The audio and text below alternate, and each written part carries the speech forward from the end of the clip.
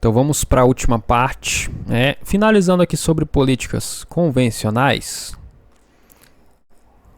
O que eu quero que vocês entendam é o seguinte. Calma aí, deixa eu melhorar esse círculo aqui. Entenda o seguinte. Tudo isso aqui gira em torno disso aqui. Quando o Banco Central decide cortar juros, que é o que ele está fazendo, que inclusive, vou até mostrar para vocês, acho que eu já mostrei, eu vou mostrar de novo. É o que ele está fazendo, inclusive vai fazer novamente. Ó, já está em quase 90% de chance de corte de juros esse mês, daqui 7 dias. Daqui 7 dias, ou seja, ó, dia 9 ou dia 10, né? Porque tem as horas também. Então acho que vai ser dia 10 desse mês. Ele vai provavelmente cortar juros. Então quando o Banco Central decide cortar juros, que é o que ele está fazendo, todas essas políticas monetárias aqui de baixo vão ser feitas de forma expansionista para que a taxa de juros caia, para que dinheiro seja injetado na economia. Beleza? Certo? No momento, estamos em fase... Começou o quê? Esse aqui já começou faz um ano, tá? O IORB. Tem um ano já que começou a cair a taxa IORB. Os outros começaram em setembro ali, porque foi em setembro que começaram os cortes de juros. Se para cortar juros tem que comprar títulos, e esses títulos são comprados em forma de Ripple. Então, se estamos em fase expansionista, todas essas políticas monetárias estão em fase sendo feitas de forma expansionista. Beleza? Então é isso. Tudo isso aqui está sendo feito agora. Começou por agora. Tem o que? 3 meses. Tudo isso começou para botar mais dinheiro na economia. Então as políticas convencionais atualmente estão com esse objetivo, botar dinheiro na economia. Só que isso leva meses, tá? Porque desde 2022 que o Banco Central está em fase contracionista. Desde 2022 que o Banco Central está tirando o dinheiro da economia. Então ele ficou 3 anos e meio tirando o dinheiro da economia. Então é lógico que se ele começou recentemente a botar dinheiro na economia, é lógico que isso vai levar tempo, meses, para a economia ser acelerada e começar a ter liquidez na economia e, por consequência, liquidez na renda variável. Bitcoin, ações, altcoins, né? Então entendam isso, estamos agora na fase das políticas convencionais, fase de expansão, fase de trazer dinheiro para a economia. E isso leva meses, tá bom?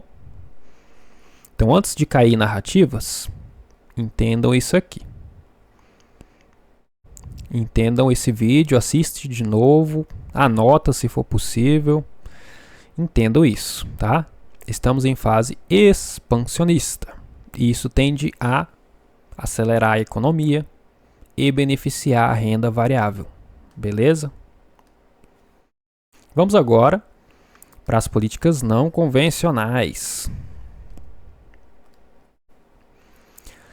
As políticas não convencionais, elas têm esse nome por quê? Porque elas não são usadas normalmente, frequentemente. Elas são usadas em casos especiais. Mais especificamente, momentos de crise. O que é uma crise? Uma crise financeira é basicamente quando tem uma recessão acontecendo. Uma recessão é o quê? É retrocesso. É a economia começar a retroceder anos atrás, como se hoje, 2025, a gente voltasse para o ano de 2004, um exemplo. Isso é retroceder, isso é uma recessão.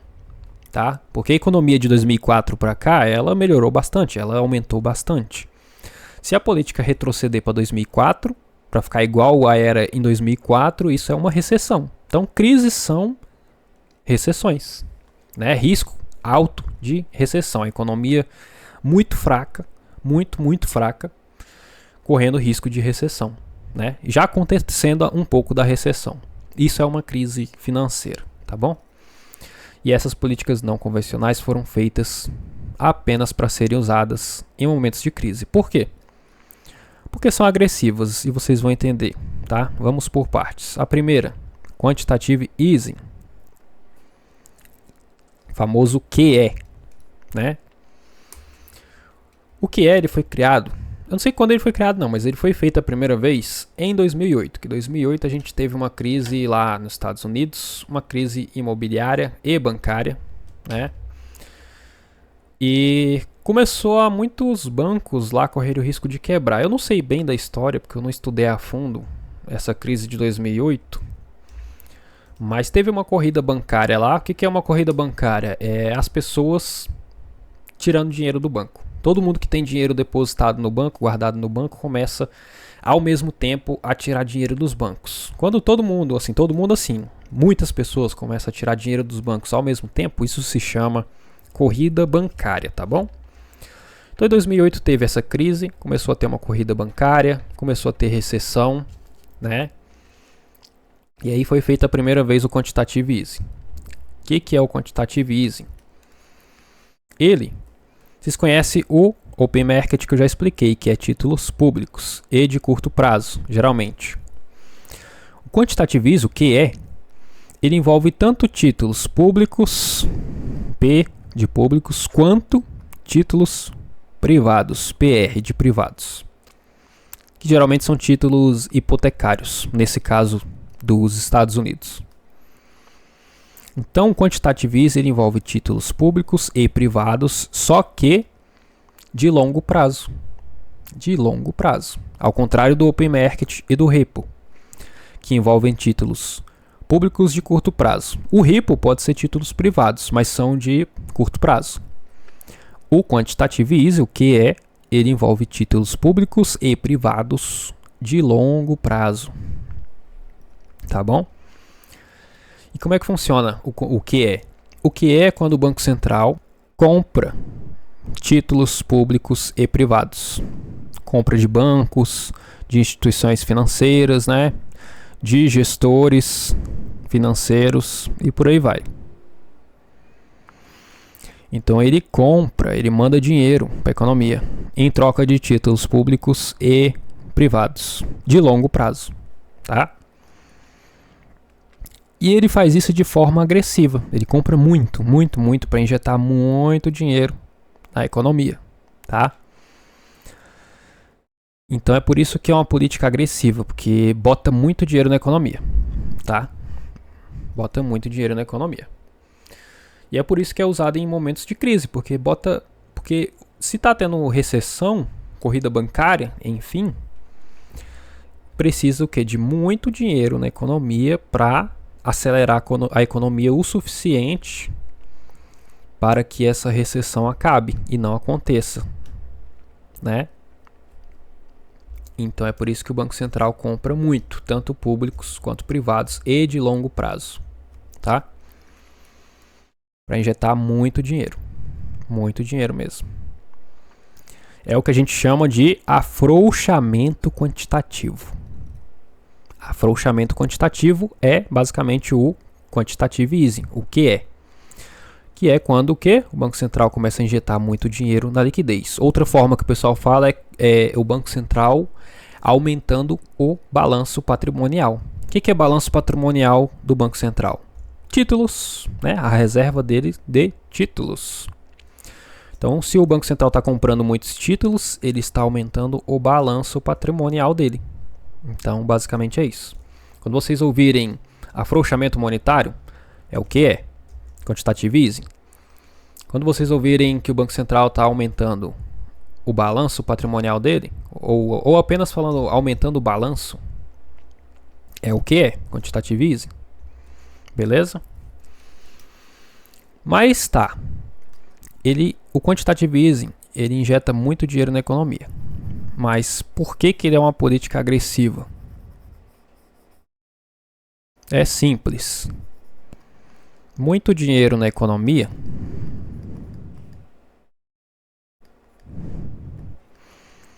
Estimula os bancos a emprestarem muito dinheiro para as pessoas.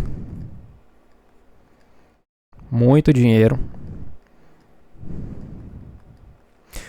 E estimula essas pessoas a gastarem, né? Gastarem, investirem no mercado, enfim.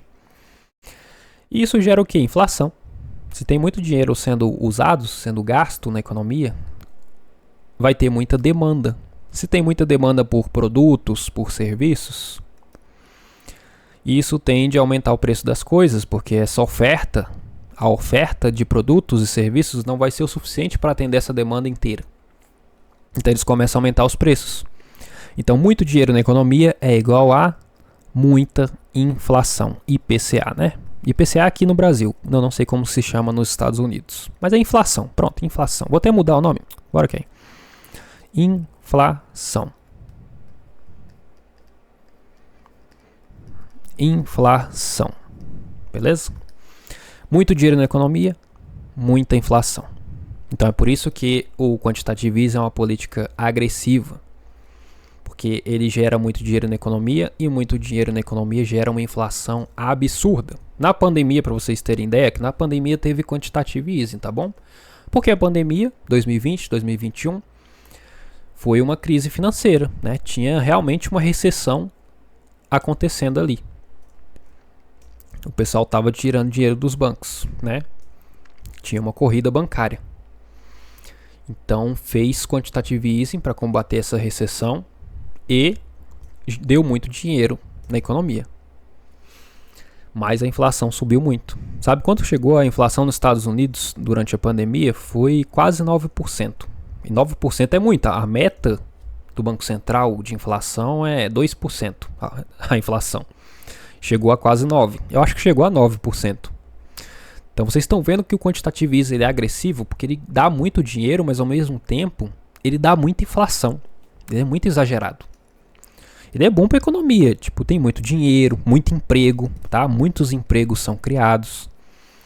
É excelente para a renda variável, para as criptomoedas. Por exemplo, em 2020 e 2021, se vocês olharem no gráfico do Bitcoin e das altcoins, e até das ações americanas, subiu absurdo, tá? As criptomoedas principalmente subiram absurdos durante 2020 e 2021. E isso aconteceu por quê? Porque tinha dinheiro demais na economia, dinheiro exagerado. Então, quantitative easing é bom para a economia, acelera a economia, que é uma maravilha. Mas aumenta a inflação. Entende? Aumenta a inflação, porque se tem muito dinheiro, como eu falei para vocês, tem muita demanda por produtos e serviços. E isso envolve o mercado financeiro. Por isso que durante um quantitative easing, as ações sobem muito, as criptomoedas então nem se fala, sobem absurdos, porque tem muita demanda por isso, tem muita demanda pela renda variável também. E se tem muita demanda, os preços aumentam muito, né? Então é isso. Quantitative easing é maravilhoso para a economia, é maravilhoso para as criptomoedas, para as ações, mas traz muita inflação, então por isso é uma política agressiva. E por ser uma política agressiva demais, trazer muita inflação, ela é feita somente em momentos de crise financeira. Quando que a gente teve? Entre 2008 e 2014 tivemos 3 quantitative easing, porque realmente estava tendo uma crise, tá, de 2008, e essa crise durou até 2014, né? Foi uma recessão muito forte. Então teve quantitative entre 2008 e 2014, que coincidentemente foi quando o Bitcoin foi criado. O Bitcoin foi criado justamente para combater essa impressão de dinheiro exagerada, porque o quantitative easing, né, injetar dinheiro na economia, é imprimir dinheiro, né? O governo imprime dinheiro, vamos dizer, no jeito de falar, imprime dinheiro. E isso causa o quê? Inflação, desvaloriza o dinheiro, né, em relação ao preço das coisas, né, da inflação. Isso é imprimir dinheiro. E o Bitcoin foi criado para combater essa impressão de dinheiro, né? O Bitcoin ele tende a se valorizar. Ele é escasso, né, o Bitcoin. E o Bitcoin foi criado nessa época. E, coincidentemente, de 2009 a 2014 foi a época que o Bitcoin mais subiu e deixou gente assim multimilionária e até bilionária. Quem acreditou no Bitcoin na época, né, no começo. Então, tem uma relação do quantitative easing com as altas absurdas que o Bitcoin teve. E a outra época que teve quantitative easing foi na pandemia, 2020 a 2021. Que foi a época também onde o Bitcoin subiu absurdamente, as altcoins subiram mais absurdamente ainda, né? Então, o quantitative easing, ele aconteceu exatamente nesses períodos que a gente teve as maiores altas do Bitcoin, das criptomoedas e das ações também, tá? Então, isso vocês já vão entender por que os ciclos anteriores foram tão maravilhosos e esse ciclo parece que está tão fraco, né? Porque os outros ciclos tinham liquidez absurdamente na economia. Esse ciclo, não, porque esse ciclo desde 2022 que o Banco Central está tirando liquidez da economia. O ciclo inteiro do Bitcoin foi isso, o Banco Central tirando liquidez da economia. Então não é que o mercado mudou nem nada assim. Eu quero fazer isso, não vou explicar muito isso, porque eu quero deixar um vídeo só para essa explicação. Mas basicamente entenda isso. Quantitative easing é maravilhoso para o Bitcoin e para a economia, mas é péssimo para a inflação. Tá? Então é usado só em crises porque é uma política agressiva, tá? Traz muita inflação. O próximo é o Quantitative Tightening, famoso QT. O Quantitative Tightening é o contrário do Quantitative Easing. O Banco Central ele vai vender títulos públicos e privados de longo prazo para os bancos, para instituições financeiras, gestores financeiros, né? Ou seja, ele vai estar tirando dinheiro da economia. Aí você vai me perguntar, e se eles não quiserem vender? Eles vão querer vender, sabe por quê? Comprar, né? Eles vão querer comprar, porque quando o Banco Central vende títulos, ele vende mais barato. Então é lógico que os bancos vão comprar, tá mais barato. Da mesma forma, quando o Banco Central compra títulos, é lógico que os bancos vão querer vender, porque o Banco Central compra mais caro, entende? Então é uma proposta irrecusável, né? Porque é atrativa, compensa muito, né? Então é isso. O Quantitative Tightening, o Banco Central vai vender títulos públicos e privados de longo prazo e os bancos vão mandar dinheiro para ele, né? Então ele vai estar tirando dinheiro da economia, ou seja, contracionista. O Quantitative Easing, né, que é o primeiro aqui, ele é expansionista de forma agressiva. O Quantitative Tightening é contracionista, tira dinheiro da economia, né? É contracionista de forma agressiva, né? Porque ele vende muitos títulos, vende muitos, públicos e privados de longo prazo, tá? Então o Quantitative Tightening, o QT, ele é feito depois de um QE. Então só tem QT se tiver tido um QE antes. Quando que teve QT? Em 2018 e 2019, foi final de 2017, né? Final de 2017, 2018 e 2019, e uma parte só de 2019, que foi depois daquele quantitative easing que durou de 2008 até 2014, né? Foram 3 quantitative easing. Isso gerou muita inflação nesse período. E aí quando foi em 2018 ali, final de 2017, o Banco Central fez o quantitative tightening para combater os efeitos dessa inflação exagerada. E a outra vez que a gente teve o QT foi recente agora, foi de 2022 até agora, dezembro, né? Ontem, dia 1º de dezembro, né? Para quê? Para combater os efeitos da inflação do quantitative easing que teve em 2020, 2021.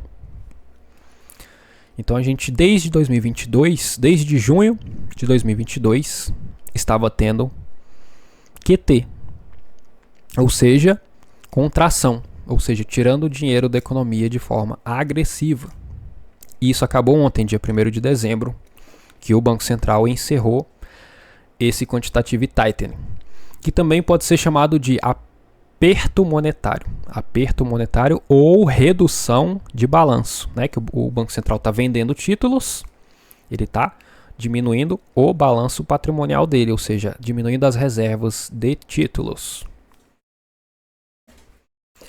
Então, basicamente é isso. O QT acontece depois de um QE, tá bom? Para ter um QT, tem que ter tido um QE antes. Por que o QT é agressivo de forma contracionista? Porque, como ele tira muito dinheiro da economia de forma exagerada, ele faz com que a economia fique muito travada. Tipo, muito, muito, muito travada mesmo. Vocês devem ter percebido aqui no Brasil, por exemplo, que no Brasil também tivemos isso. Porque teve pandemia, então aqui a gente também teve muita impressão de dinheiro e de 2022 para cá também a gente teve muita retirada de dinheiro. Vocês devem ter percebido que o comércio hoje em dia aqui no Brasil morreu. Né? As lojas tudo vazia, não vende mais, tudo parado. O pessoal, muitos não estão querendo contratar pessoas, demitindo, né? Então o QT, o Quantitative Tightening, ele é agressivo por isso, porque ele tira tanto dinheiro da economia que a economia fica travada, né? Fica travada. A economia fica travada e aí o comércio fica parado, o dinheiro não circula, o dinheiro fica muito parado ali na renda fixa, né? O emprego, a taxa de emprego cai, né? Tanto que se vocês verem nos Estados Unidos, a taxa de desemprego está aumentando bastante. Por isso que o Banco Central finalizou esse quantitative tightening, né? Esse aperto monetário, porque já agrediu demais a economia, está travado demais, já afetou, assim, está tendo muito desemprego, está afetando o setor imobiliário, né? A economia está muito travada. Então, essa é a desvantagem. O QT, ele deixa a economia muito travada. Então é uma política contracionista agressiva. As duas são agressivas. Quantitative easing é agressivo para trazer dinheiro para a economia, expansão. E o quantitative tightening é agressivo para tirar dinheiro da economia, né? Contração. Tá? Então por isso são não convencionais. Só são utilizados em momentos de crise, beleza? Para acontecer o quantitative easing, o que é? Ele só acontece quando a taxa de juros está próxima de zero, próxima de 0% ao ano. Foi o que aconteceu em 2021, 2020 e 2021. A taxa de juros do Banco Central lá americano estava zero. 0% a 0,25%. Aí eles fizeram o quantitative easing, por quê? Porque mesmo com as taxas zeradas, não estava sendo o suficiente para a economia, para injetar dinheiro suficiente na economia para evitar a recessão. E aí quando a taxa zerada não é o suficiente, aí eles fazem quantitative easing. Então para acontecer o quantitative easing, a taxa de juros geralmente vai estar zerada, tá? Porque a taxa de juros zerada já é uma política expansionista, né?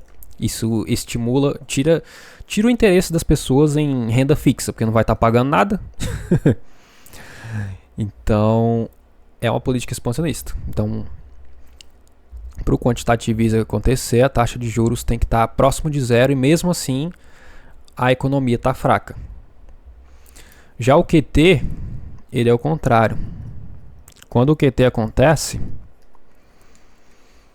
a taxa de juros fica alta, que foi o que veio acontecendo, né? De 2022 para cá, o Banco Central americano foi só aumentando a taxa de juros, né?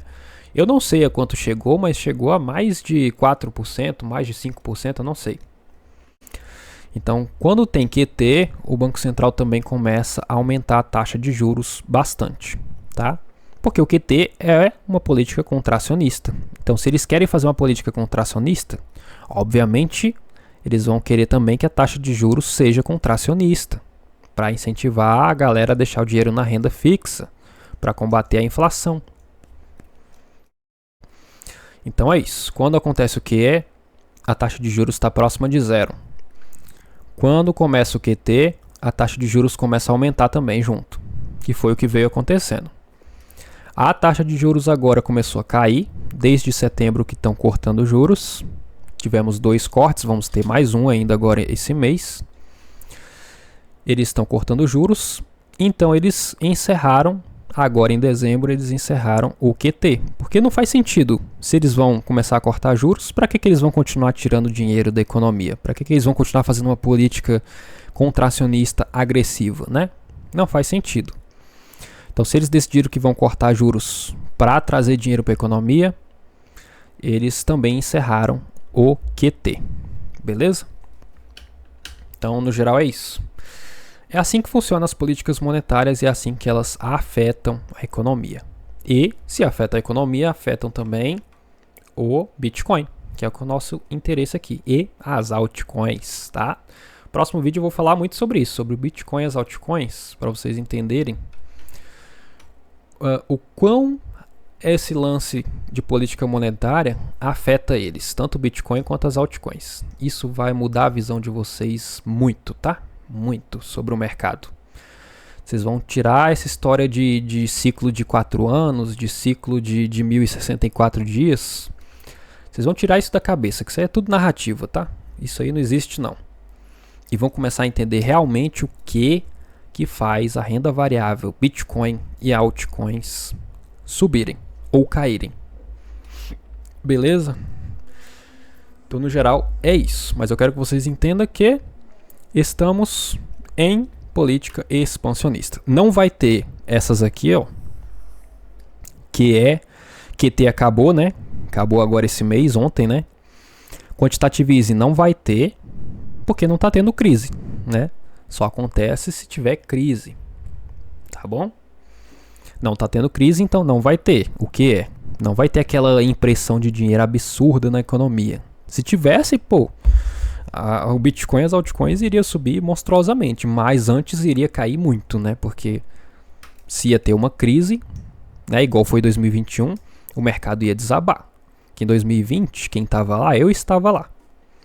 O mercado desabou em 2 semanas. Mais de 50%. O Bitcoin. Imagina as altcoins. Então veio uma alta absurda em 2021 por causa do QE. Mas antes veio uma queda absurda por causa da crise. Então se viesse uma crise ano que vem, a gente ia ter uma alta linda. Mas antes a gente ia ter uma queda absurda, tá bom? Mas não se preocupem. Não está tendo crise por enquanto, então não vai ter quantitative easing. Mas não se preocupe, não é porque não vai ter quantitative easing que não vai ter dinheiro sendo imprimido, né? Não vai ter impressão de dinheiro, não vai ter dinheiro sendo injetado na liquidez. Vai sim. Porque eu provei para vocês que o quantitative easing não é a única política expansionista, né? Existem várias políticas expansionistas convencionais que já estão sendo feitas. Então, sim, mesmo sem quantitative easing, vai ter impressão de dinheiro, vai ter dinheiro entrando na economia e isso beneficia a renda variável, tá bom? O Bitcoin e as altcoins, tá bom? Isso beneficia. E outra coisa também que vocês podem ver é que em 2017 também foi um ano bom para o Bitcoin e para as altcoins. E 2017 não teve quantitative easing. Não teve. E mesmo assim foi uma alta maravilhosa. Então, ano que vem não vai ter quantitative easing, mas tem as outras políticas convencionais. Então, do mesmo jeito que em 2017 as políticas convencionais ajudaram o Bitcoin e as altcoins, nada impede que ano que vem essas políticas expansionistas aqui, nada impede que elas também ajudem o Bitcoin e as altcoins, tá bom? E aí que mora a oportunidade. É aí que mora a oportunidade que estamos vivendo e que eu pretendo apresentar no próximo vídeo, tá bom? Então é isso. Espero que vocês tenham entendido como funciona políticas monetárias, como que elas afetam a economia e os mercados. Para que vocês entendam agora como funciona, entendam que esse corte de juros leva meses para fazer efeito, tá? Não caia na narrativa de que, cortou 2 juros, não subiu, vai subir mais não. Não caia nisso, tá bom? Leva meses para esses cortes de juros trazerem dinheiro para a economia, tá bom? Então vocês entenderam como funciona agora, entenderam que essa história de ciclo de 4 anos nunca existiu, tá? E eu vou provar isso no próximo vídeo, tá bom? E é isso. Espero que vocês tenham entendido como funciona. Qualquer novidade, eu trago mais vídeos aqui. Falou!